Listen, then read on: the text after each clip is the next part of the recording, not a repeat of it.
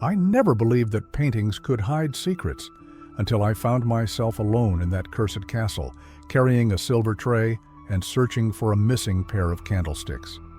It was late, well past midnight, and the corridors of the old Veramont estate were awash in darkness. The moon's pale glow filtered through stained glass windows, illuminating dust motes that drifted lazily in the stale air. I had been head butler here for nearly a decade, and yet I could not recall the hallway looking so utterly strange. The castle had a way of transforming itself after twilight. Shadows sharpened, walls seemed to murmur. That night, the silence tasted metallic on my tongue, and every step of my polished shoes against the marble felt like a trespass. For years, I served the family, Lord Alfred Veramont, always stern and brooding, and Lady Clara Veramont, elegant and distant.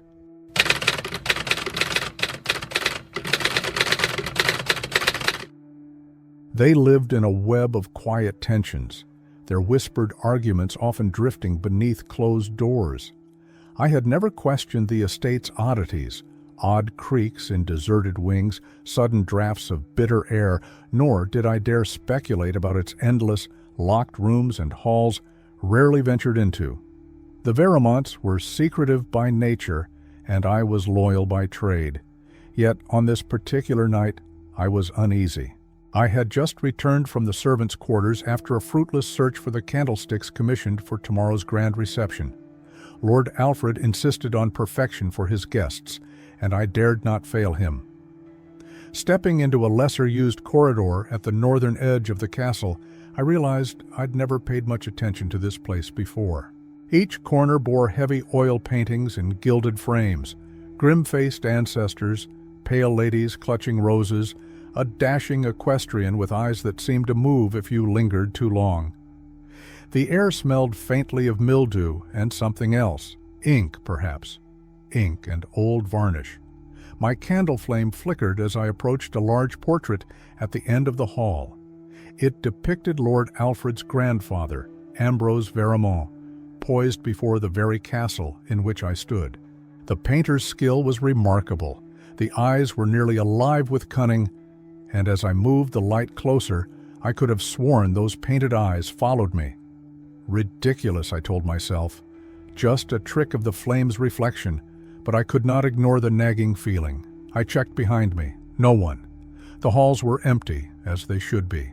All other servants were asleep, and the family itself rested behind their locked bedroom doors. Yet I felt watched. When I looked at the painting once more, I noticed something odd. A slight misalignment where the frame met the wall, as if the painting could be moved. I touched the frame's edge and it creaked softly as I pushed.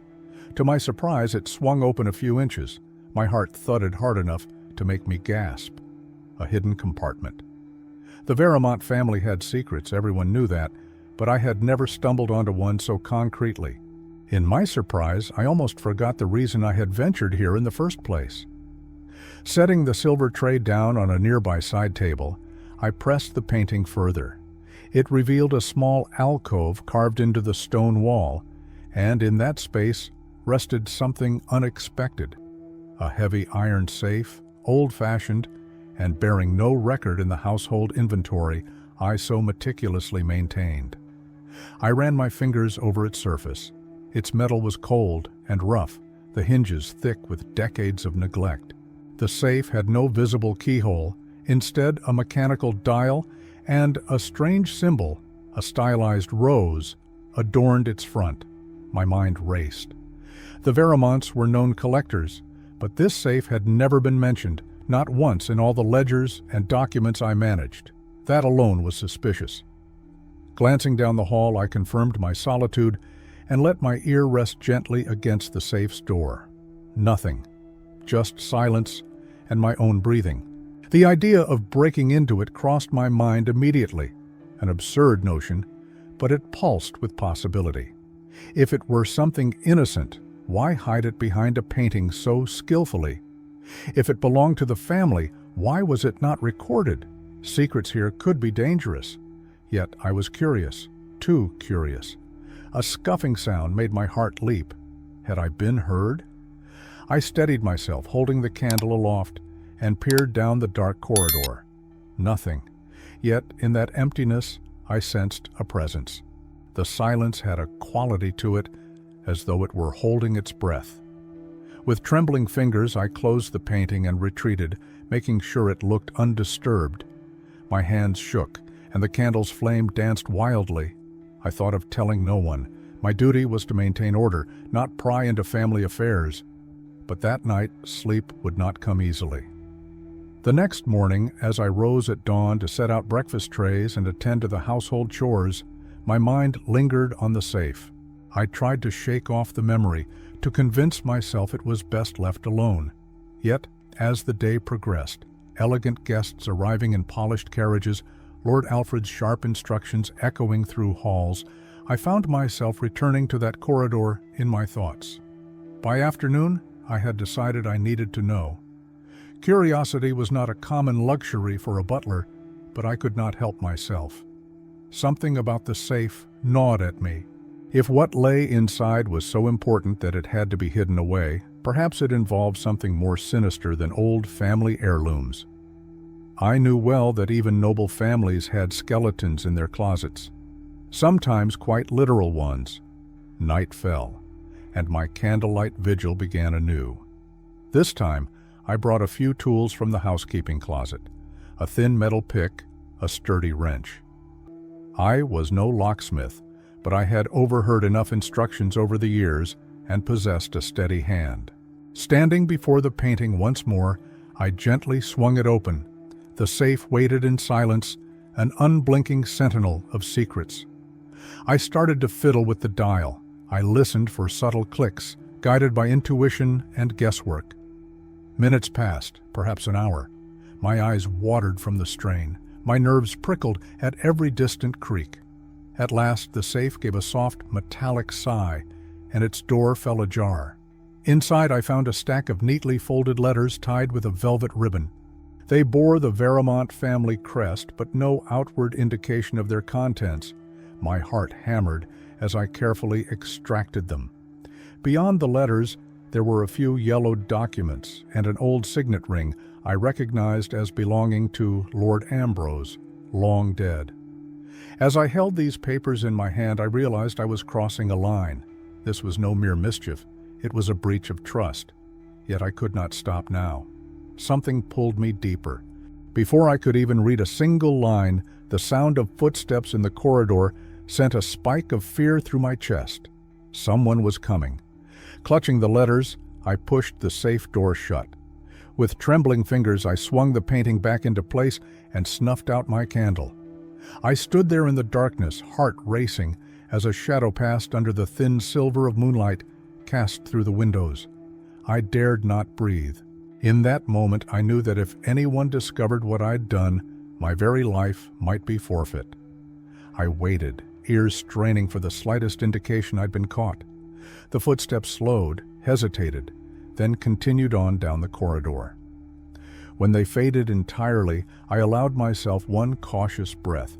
My entire body felt taut, as if every muscle were coiled into a tight spring.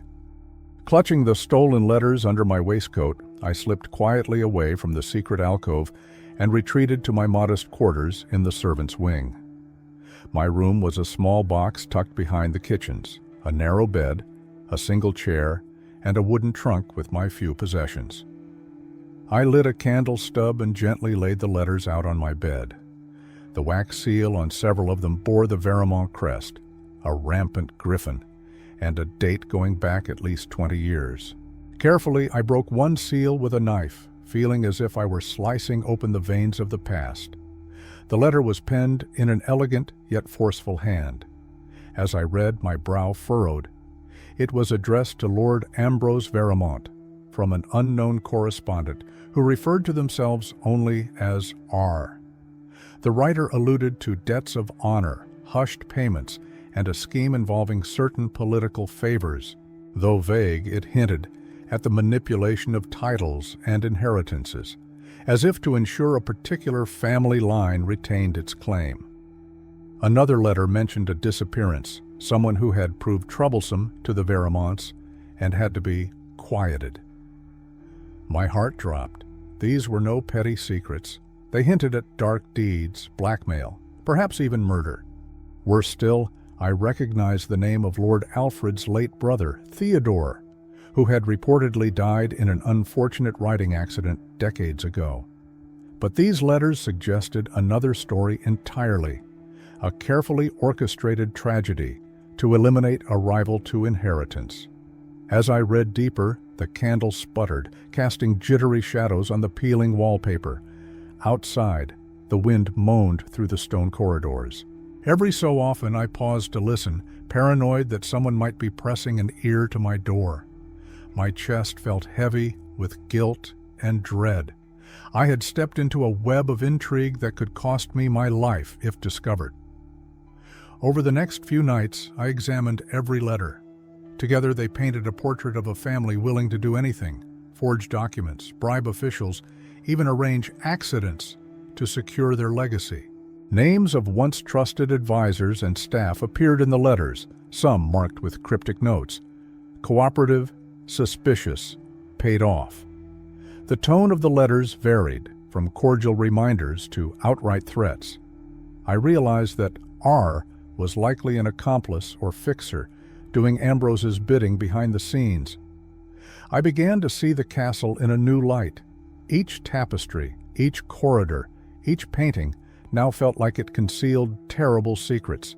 Lord Alfred's sternness suddenly seemed less like mere pride and more like a heavy burden inherited from a lineage of wrongdoing. Lady Clara's distant gaze, her constant fingering of old heirlooms, might betray her knowledge of these inherited sins. During the day, I moved through my duties with strained calm. I polished silverware, fetched the family's tea, organized the pantry, and greeted guests with the same stiff smile as always. But inside, I was a storm of conflicting emotions. Should I reveal these letters? Who could I even trust? The local authorities had long been under the Vermont influence, their palms presumably greased with gold. Maybe the press? But exposing this scandal could ruin countless reputations, maybe spark violence. And what of my own safety? My sense of loyalty clashed with my conscience. I had served this family faithfully, managing their home, ensuring their comfort, protecting their reputations from minor embarrassments. Now I knew that my service had been to a legacy built on blood and lies. Yet to act might mean signing my own death warrant. I had no allies here. The other servants were loyal to their wages. The distant relatives who visited rarely took any interest in the staff. And the heads of the household? If they learned what I had found, I would vanish like dust in a breeze. As days passed, I noticed unsettling changes around the castle. The groundskeeper, Mr. Thompson, watched me more closely than usual, his eyes following as I crossed the courtyard. The housemaid, Lucy, who once chatted freely about the kitchen gossip, now spoke in guarded whispers and refused to meet my gaze. I wondered if they suspected something. Had they noticed my late-night excursions, my growing nervousness? Worse still was the feeling that the castle itself was growing hostile. Doors that were once easy to open seemed to stick. Floorboards creaked ominously outside my room at odd hours. On several occasions, I found things slightly moved: my brush, my set of cufflinks, the shoes I polished. Nothing definitive, but enough to rattle my confidence. It was as if the castle were warning me, don't delve too deep. One afternoon, while dusting the chandeliers in the grand hall, I saw Lord Alfred at the far end, speaking quietly with his wife and a gentleman I did not recognize. The stranger wore a fine suit and carried a slim leather portfolio. Their conversation looked tense. Lady Clara's face was grim, and Lord Alfred's shoulders were squared in defiance. Suddenly, the stranger locked eyes with me. Just a second of contact, but it felt like a challenge. Did he know what I had found? I retreated to the kitchens and busied myself, my mind racing. I had to do something. If I waited too long, I might lose any leverage I had, yet I had no clear path. If I confronted the Vermonts, They would deny everything and possibly ensure I disappeared. If I went outside the castle walls to seek help, I might not return. The locals were loyal to their lords, or at least fearful of them. And the letters, while incriminating, were they enough to bring down a family that had ruled these lands for centuries? That night, I returned to the hidden safe once more, hoping to find additional clues or a hidden document that might guide my decision. With trembling hands, I reopened the painting and pulled the safe door. Inside, it seemed emptier than before. A chill shot through me. Had someone removed some letters? Had they discovered the intrusion? I searched carefully. The ring was still there. The documents I'd left behind were still present, but the stack of letters seemed disordered. I knew I had tied them neatly with the velvet ribbon, yet now the ribbon lay limp at the bottom. Someone had been here. My heart sank with the realization that I was no longer the only one who knew the safe's contents had been disturbed. As I replaced everything and closed the safe, the sound of distant footsteps made me freeze again. This time, the steps were heavier, more purposeful. They came closer and closer until they stopped just on the other side of the painting. Holding my breath, I prayed for silence, for safety. The footsteps remained still for an agonizing moment. Then they retreated, the sound fading back down the corridor. Whoever it was, they were sending a message. They knew I'd found the safe, and they were watching my every move. In that moment, my path grew even murkier. I realized that if I made a move, any move, my life might hang in the balance. And as I stepped away from the secret alcove, I could not shake the sensation that eyes were following me, no matter where I went in that cursed castle. I was trapped. Each sunrise brought a fresh layer of tension. I tried to maintain my professional calm, pouring tea with a steady hand, polishing the silver with an untroubled expression, but inside, dread gnawed at me. Someone had discovered my meddling, and it was only a matter of time before they confronted me. The question was, who? I began to suspect everyone. The kitchen maid who glanced up too quickly when I entered the pantry. The footman who lingered at the far end of the drawing room, dusting the same vase over and over again. Even the family members themselves, Lord Alfred, Lady Clara, became suspects in my mind. Could they have known about the safe all along and tested my loyalty by leaving it accessible? But no, that made little sense. Why would they risk exposure? More likely, someone else in the household was guarding the secret. Maybe they were blackmailing the Veremonts, or acting as an agent for them. Perhaps it was that stranger I had seen. Whoever it was, they seemed determined to silence me. I had to be careful. Late at night, I pored over the letters I had taken. They alluded to an old conspiracy, a plot to ensure the Veremont line remained unchallenged by manipulating inheritance laws and removing obstacles. Theodore's death, once believed accidental, seemed planned. There were mentions of a maid who had known too much and vanished without a trace. Another letter referenced bribes to judges and clerks who oversaw estate claims. As I understood it, the Veremont's entire fortune and status might have been built on lies and crimes. Uncovering this now, decades later, would shatter their reputation and perhaps even put them in legal jeopardy. But was it worth risking my life? I had no family of my own to turn to, no safety net beyond these castle walls. My loyalty to the Veremonts was professional, not personal, but it had been my livelihood. If I exposed them, I would surely lose everything. A powerful moral dilemma settled heavily on my shoulders. Keeping silent would mean condoning murder and deceit. Yet speaking up, how and to whom, might mean death or, at the very least, ruin.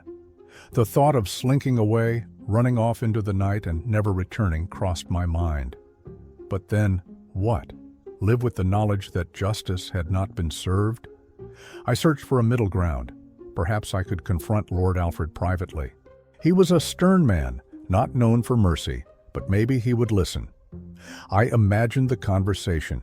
I present the letters, he pleads for silence, or tries to justify their actions.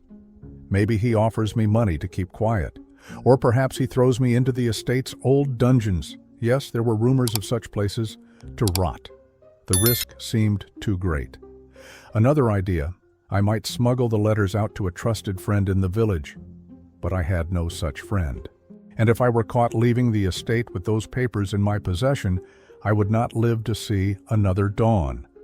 My fear deepened with each passing day. I had to assume I was being watched at every moment. That meant I had to act normally and avoid any sign of panic. I went about my duties, careful not to return to the secret corridor too often. I looked for subtle clues, a door left ajar, an unfriendly glance, a whispered conversation that halted when I approached. I noticed that Mr. Thompson, the groundskeeper, now rarely spoke and kept his hand near his belt where a small pruning knife hung. Lucy, the maid, who once confided her family troubles to me, now refused to catch my eye and walked briskly away whenever I approached. The castle's atmosphere itself intensified my anxiety. At dusk, the oil lamps flickered strangely. The corridors seemed to stretch longer, the stairwells twisting into unfamiliar shapes in my memory. Once, while passing through the older wing to deliver a note, I could have sworn I heard a voice whisper my name from behind a locked door. I told myself it was just my imagination, primed by fear and guilt. Still, a deep unease settled in my gut. On the fifth night after discovering the safe, I returned to my quarters to find an envelope slipped under my door. Inside was a single sheet of paper bearing 2 sentences in neat handwriting. "We know what you've seen. Remain silent and keep your place." No signature, no name, just a warning. My hand shook as I read it again and again. They were telling me to comply or face the consequences. Had they known I had letters with me? I had hidden them well, stuffed beneath loose floorboards under my bed. If they truly knew I had taken evidence, they would likely have searched my room. The fact that I still possessed the letters suggested they might only suspect, not know for certain. This was a dangerous game. If they wanted to frighten me into silence, they had succeeded. But fear can also provoke desperate acts. And desperation was growing inside me with each threat, each suspicious glance. I worked through possible outcomes. If I did nothing, I would remain under their thumb forever, a prisoner of their secret. If I tried to reveal the truth, I had to do it smartly. Perhaps mail the letters to a journalist in a distant city, or leave a package at the local magistrate's office anonymously. But the roads leading away from the castle were watched by village guards employed by the Veremonts. Even sending a letter from the local post might be risky. Another part of me wondered about the morality of it all. I had discovered these letters by prying into a hidden safe that was not mine to open. I had trespassed into their domain. As a butler, my duty was to maintain decorum, not become entangled in political and familial intrigue. But how could I serve such a family knowing their hands were stained with blood? One evening, as I was trimming the wicks of the drawing-room lamps, Lord Alfred unexpectedly entered. He stood behind me, silent for several moments. I felt his presence before I heard his voice. "James," he said quietly, "you've served this household for many years." "Yes, my lord," I replied, turning to face him. His eyes were intense, and a new tension lined his face. I wondered if he knew about my discovery. Did he suspect me? He stepped closer, lowering his voice. "The castle has stood for centuries, through wars and famine, through betrayal and loyalty. Do you know why?" I swallowed hard. "Because of the strength and unity of the Veremont family, my lord." He nodded slowly. "Precisely. Unity, loyalty, discretion." His gaze bore into mine as if testing me. "In the days to come, I expect that you will maintain our long-standing tradition of discretion, James. It is the mark of a truly exceptional servant." My heart thumped. His words were layered with meaning. He might have been referring to any number of minor family embarrassments, but I knew better. This was a warning. He was telling me, in polite terms, to keep my mouth shut. I bowed slightly. "Of course, my lord." He lingered another moment, then turned and left. The message was clear. They knew I had stumbled upon something, and I was being given a choice: fall in line or suffer the consequences. That night, I lay on my thin mattress, staring at the ceiling, my mind racing. I was a butler, not a hero. Yet the weight of those letters pressed against my conscience. I had learned something unforgivable about the Veremonts. Would I remain complicit, or would I risk everything to tell the truth? As I doused my candle and embraced the darkness, I knew I had to make a decision soon, one that would shape not only my fate, but perhaps the fate of the Veremont name itself. In the uneasy quiet of the following night, I decided I could not live with my conscience weighed down by the Veremonts' crimes. Fear gnawed at me, but I could not remain a silent accomplice.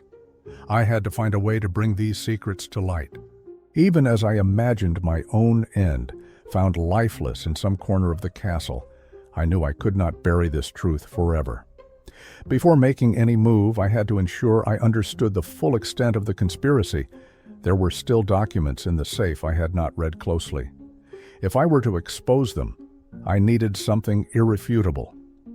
Gathering my courage, I slipped out of my quarters past midnight, careful as a cat. The corridors seemed to hold their breath. I carried no candle this time, navigating by memory and faint moonlight. My every step on the cold stone floor sounded impossibly loud to my ears. At the end of that northern corridor, I gently pressed the painting aside. My heart hammered so loudly, I feared it would wake the household. I opened the safe, feeling my way by touch rather than light. But as I reached inside, my fingers brushed something unexpected, an empty space where documents should have been. My stomach dropped. Someone had cleared it out. In panic, I fumbled for the ring and found it gone as well.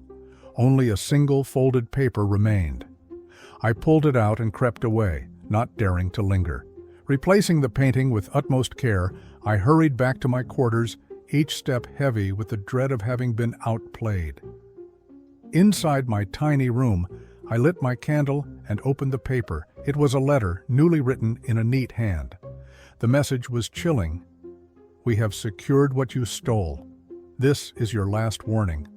Do not test our resolve." My throat tightened. They had discovered I took letters, and now they had retrieved whatever remained. I checked my hiding place beneath the floorboards. The letters I had taken earlier were still there. Whoever had done this did not know I had duplicates. That was my only advantage now, but I had lost access to further evidence. They had me cornered. Time was running out. I had to act. At dawn, I slipped out into the gardens under the pretense of fetching herbs for the kitchen. The early light revealed a quiet scene, dew on the roses, a faint mist curling over the hedges, and a single gardener working the soil. I pretended to inspect the rosemary bush, leaning down so the gardener, an old man named Esmond, would not see my face. Then, slipping the letters into an oilcloth pouch hidden inside my jacket, I left the castle's inner grounds and headed for the outer gate. The gatekeepers recognized me and let me pass. It was not unusual for servants to run small errands in the village. I walked quickly down the gravel path, trying to appear calm. If anyone followed, I did not see them, but I felt the weight of unseen eyes. The village was just stirring awake, shopkeepers opening shutters, a baker's chimney puffing smoke. I approached the modest post office, my heart thudding. If I could mail these letters to a trusted journalist in the city, someone far away from Veremont influence, I might spark a chain of events beyond the castle's control. Yet, I hesitated. Who would I trust? Without a known ally, this might be an exercise in futility. Standing outside the post office, I turned back. I lacked a plan. Mailing random incriminating documents could draw suspicion to me. And what if the Veremonts had their tentacles in the postal service too? I decided to buy time. Returning to the estate, I resolved to think more carefully. Perhaps I could make multiple copies, send them to different places, create a failsafe. Back inside the castle, I passed the housemaid Lucy in the corridor. She gave me a startled look and hurried away. In the kitchen, the cook asked me if I was feeling well. I was pale as a ghost. I made an excuse about poor sleep. Every interaction felt loaded, every word overheard. At midday, I noticed Lord Alfred and Lady Clara hosting a quiet meeting in the small library. I pretended to dust a nearby statue. Through the slightly ajar door, I caught fragments of their conversation. "He mustn't breathe a word. If he tries anything, we handle him. No blood on our hands this time. We use other means." They were definitely talking about me. Fear clenched my heart. They knew I had incriminating evidence, and they were planning a response. Would they frame me for theft, or spread rumors that I was mad, and have me locked away? The Veremonts had ways to ruin a man without staining their own hands. That evening, I studied the letters I still possessed. They described Theodore's accident and hinted at forged documents that established Alfred's uncontested inheritance. If I made multiple copies by hand, I could hide them in different places, under floorboards, inside hollow chair legs, even outside in the garden shed. If they silenced me, these copies might still surface, but how to ensure they reached the right eyes? I had only begun to copy the letters when I heard a gentle tap on my door. I froze. Another tap, more insistent this time. I hid the letters beneath my mattress and opened the door a crack. Lucy stood there, eyes darting nervously down the hallway.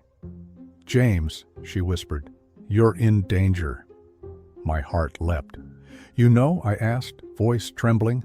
She nodded, biting her lip. "They suspect you found something you shouldn't have." She glanced over her shoulder. "I don't want to see you hurt. You've always been kind to me." "Lucy, please come in. Tell me everything," I said, opening the door enough for her to slip inside. Inside, by the dim candlelight, Lucy confessed that she had overheard Lord Alfred and that mysterious stranger discussing me. The stranger claimed to work for distant relatives, ensuring the family's legacy remained uncontested. Lucy admitted she did not know the details, but knew enough to warn me. They intended to force me to remain silent through blackmail or, if necessary, by disappearing me quietly. "I don't know what you found," she said, "and I don't want to, but I can't watch them destroy you." My throat thickened with gratitude and terror. "Lucy, I must put a stop to this. They can't get away with it." Her eyes widened. "You mean to expose them? James, they're powerful. They have allies everywhere." I nodded grimly. "I know, but I have no choice. If I remain silent, I live under their shadow forever. If I speak out, maybe I die, but at least I die honest." Lucy's face twisted with fear. "Please be careful." She took my hand, her fingers cold and trembling. "If you need help, I'll do what I can, but I can't risk too much. I'm sorry." I understood. I couldn't expect her to jeopardize her life, too. After a moment, she left, pausing at the door. "They're planning something tonight. After midnight, be on your guard." After she was gone, I leaned against the door, breathing hard. This was it. The moment of confrontation was near. Tonight, they would act against me. I had only a few hours to prepare. I considered my options. Try to flee? Lock myself in a room and shout the truth to the rafters? Or confront Lord Alfred directly and force a standoff? My gaze fell on the letters beneath my mattress. The truth was my weapon. But how to wield it? A bold idea struck me. I would face them with the letters in hand, threaten to release copies if they harmed me. Perhaps I could negotiate, not for silence, but for a confession, for justice. If I could make them admit their crimes or show fear, maybe I could force an outcome that saved my life and exposed their misdeeds. The clock was ticking. Tonight, I would find out if I was a courageous man or a fool walking into his own demise. That night, I waited alone in my quarters, the letters laid out on the desk. I had spent the last hour copying the most incriminating pages, my handwriting neat and careful. My plan was desperate and fraught with risk, But I saw no alternative. When they came for me, and I had no doubt they would, I would confront them with evidence in hand. I stashed one set of copies beneath my mattress and another in my trunk. The originals I kept close at hand. I doubted I'd have a chance to hide them outside, and searching my room might be the first thing they'd do once I was gone. Still, if I perished, Lucy might remember my words and find them. Perhaps she could leak them anonymously. Midnight came and went. My heart thumped steadily, my palms slick with sweat. I imagined how they might enter, quietly, a small group of men loyal to the Veremonts, ready to subdue me. Or maybe Lord Alfred himself would come, calm and commanding, offering me one last chance at silence. I paced my tiny room, straining to hear footsteps in the corridor. At last I heard it, a faint click near the end of the hall, followed by whispering, a soft footstep outside my door. The handle turned slowly. I positioned myself behind the door, holding a candlestick as a makeshift weapon. When the door swung inward, I caught a glimpse of two men, Mr. Thompson, the groundskeeper, and the stranger I had seen before. Both were armed, Thompson with a rope coiled around his hand, the stranger with a small pistol gleaming in the candlelight. I stepped forward, throat tight. "Stop there," I said, trying to keep my voice steady. They jerked in surprise, not expecting me to be ready. The stranger raised his pistol. "Don't be a fool. Put that down and come quietly." I held up the letters. "I know what you've done," I said, my voice cracking slightly. "If I disappear tonight, these letters will find their way into the world. You won't be able to stop them." Thompson sneered. Empty bluff. But the stranger hesitated, narrowing his eyes. "And just who would you send them to?" he asked carefully. I shrugged, feigning confidence. "I have copies hidden in several places. If I'm not here tomorrow, my instructions will be followed. The truth about Theodore's murder, the forgeries, all of it will be exposed." They glanced at each other. The stranger lowered his pistol slightly. "We don't want to kill you, James. We only want your silence. Hand over the letters." I shook my head. "If I hand these over, what's to stop you from disposing of me afterward?" Silence. I pressed on. "You'd best fetch Lord Alfred. Let's settle this openly." The stranger's jaw tightened. Thompson muttered a curse under his breath. Finally, the stranger nodded. "Fine. We'll bring you to him, but no tricks." They marched me through dark corridors, the pistol trained on my back. We traversed halls I knew well, descending a narrow staircase that led to a locked room I'd never entered before. It must have been an old study or storeroom. Inside, a single lantern lit the gloom. Lord Alfred stood near a heavy wooden table, and Lady Clara lingered in the shadows. The stranger closed the door behind us. Lord Alfred's face was a mask of strained composure.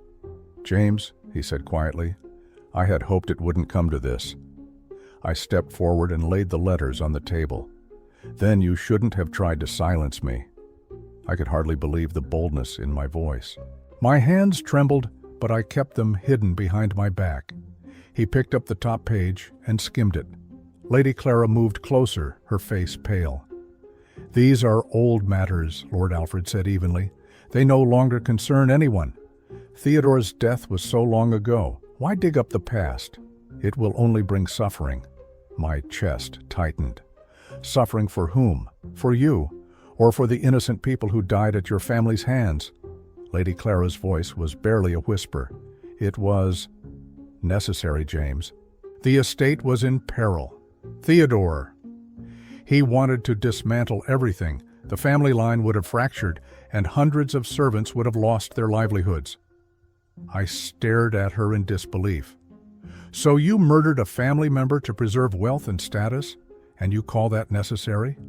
Lord Alfred's eyes flashed. "Don't be naive. This world is cruel. We did what we had to do. The Veremonts have ruled these lands for generations, providing stability. Without us, chaos would ensue." I shook my head. "Murder is murder. Lies are lies." The stranger circled around me. "We can still end this quietly," he said.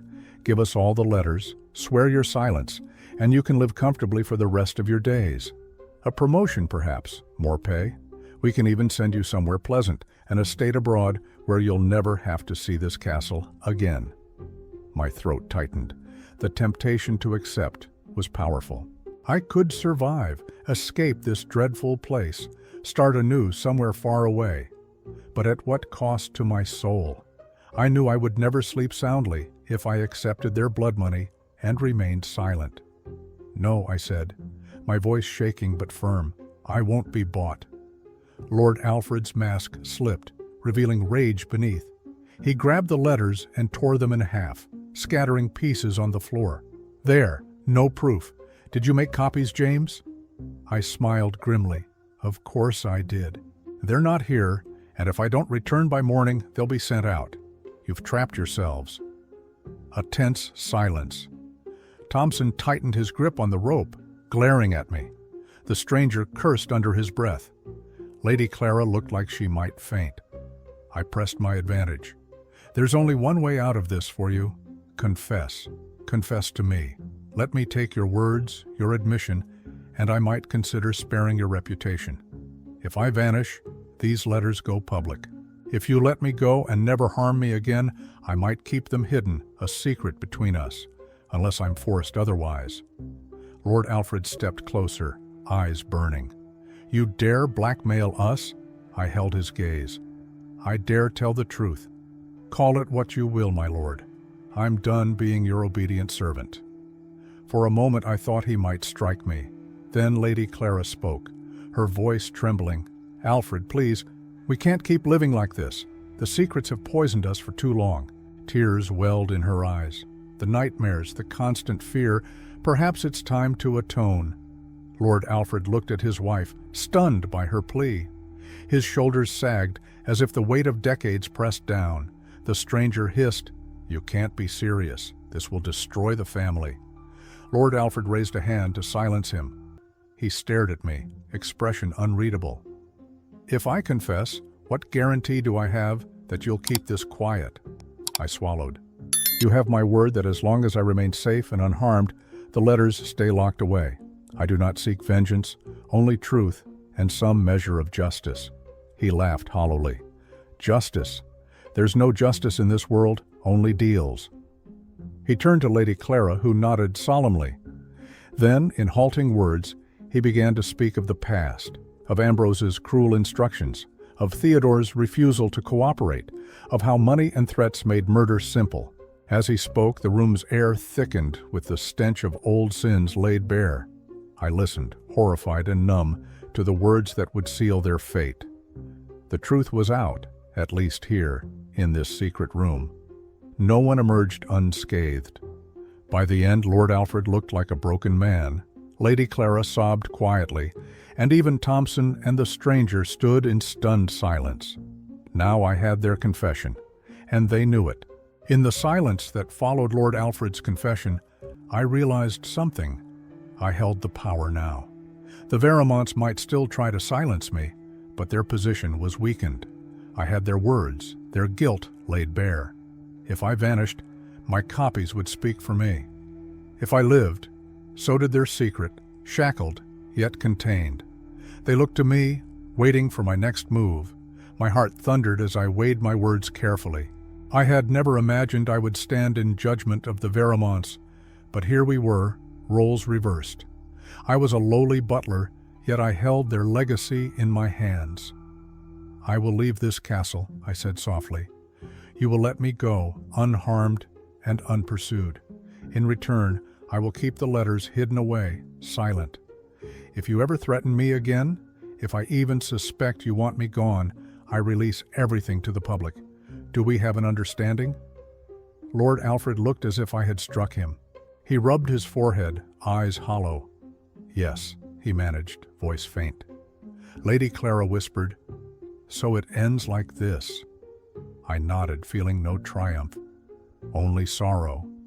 The Veremonts had destroyed themselves long ago. I was merely witnessing the aftermath. "It doesn't have to end," I said. "You can begin to make amends, help the families of those who suffered, support honest dealings. But that's up to you. I'll not stay to see it." The stranger seethed. "This is madness," he snarled. We can't trust him. We should finish this here and now." He raised his pistol again, but Lord Alfred seized his arm and forced it down. "No more blood," Lord Alfred commanded, his voice ragged but firm. "We gained nothing from it but misery." Thompson stepped back, uncertain, his eyes darting between me and his lord. Lady Clara looked at me with a mix of shame and regret. "You were always a good servant, James," she said, tears slipping down her cheeks. "We never deserved your loyalty." I offered a tight nod, unsure how to respond. I did not feel loyal anymore, nor did I feel heroic. I felt tired, burdened by the secrets I carried. Without another word, I turned and left the room. They did not stop me. The corridor outside was empty and quiet. I moved swiftly through the castle, half expecting a knife in my back at every step. But no one pursued. In the main hall, I paused to take in my surroundings one last time. The grand tapestries, the chandeliers, the polished floors, this place I had cared for, managed, and protected. Now I saw it for what it was, a monument to a legacy built on hidden cruelty. I pitied them and pitied myself for having been blind for so long. In my quarters, I gathered my few belongings. I took the letters from their hiding places, careful to keep them safe. I left a note for Lucy, thanking her for her warning and kindness, but not mentioning details, just enough, so she knew I had escaped safely. Then I slipped out of the servants' entrance into the crisp dawn air. The sun was rising, its light softening the harsh edges of the world. I walked down the winding path away from Veramont Estate, not looking back. If someone watched from a tower window, I did not know. Let them see me go. I expected no farewell, no last attempt to stop me. They understood now that harming me was a risk they could not afford. Reaching the village, I booked passage on a carriage to a distant city. As the wheels turned along dusty roads, I held the packet of letters close. I wondered what to do next. Should I really keep silent forever, holding on to this evidence like a secret weapon? The idea weighed on my conscience, but I also recalled Lord Alfred's broken expression. He had confessed, and perhaps that was the first step toward some kind of reparation. If he tried to rebuild the family's honor honestly, maybe silence was the lesser evil. But if I heard rumors that the Veramonts continued their old tricks, I would not hesitate to mail these documents to every newspaper editor in the country. For now, I would give them a chance to redeem themselves, or at least refrain from further harm. I was not a judge or executioner. I only held a truth they feared. As the carriage rolled on, I reflected on what I had learned. I had discovered that even those who seem noble can harbor terrible sins. I had learned that loyalty can become complicity if one does not question what they serve. Most of all, I realized that sometimes doing the right thing requires tremendous personal risk, and the moral path is rarely clear or easy. The city was alive with noise and bustle when I arrived. I rented a small room in a modest inn and contemplated my next steps. Perhaps I would find honest work, far from the shadows of that castle. I'd keep the letters locked in a strong box, a silent reminder that the truth matters. I would wait, watch the news, see if the Veramonts changed their ways. If not, I held the power to expose them. In the following weeks, I read newspapers looking for any mention of Veramont Estate. Whispers emerged of Lord Alfred canceling questionable land deals, of Lady Clara donating to charities in the village. Subtle shifts, but noticeable. Rumors reached me that the castle's servants felt more at ease, that the atmosphere had lightened. It seemed my confrontation had shaken them profoundly. I could never forget the fear I felt in those dim corridors, the moral agony of deciding whether to speak or remain silent. But I also found a strange peace in having done something, forcing acknowledgement of their crimes, preventing further wrongdoing, and freeing myself from a tainted loyalty. In the end, the castle's secrets had been revealed, if only to a few. The Veramonts would live with the knowledge that I held their fate in my hands, and I would carry the burden of that knowledge forward, using it as a measure of my own character.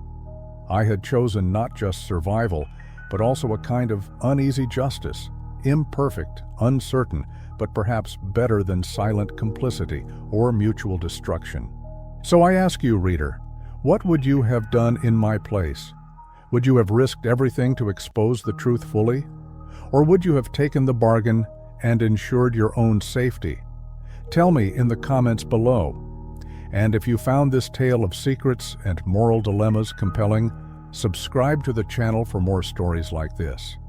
We'll journey again through dark corridors and hidden rooms, searching for answers that may never be fully clear. What would you have done if you were in my shoes? Let me know in the comments. And don't forget to subscribe to the channel for more mysteries and tales of intrigue. Your support helps keep these stories coming.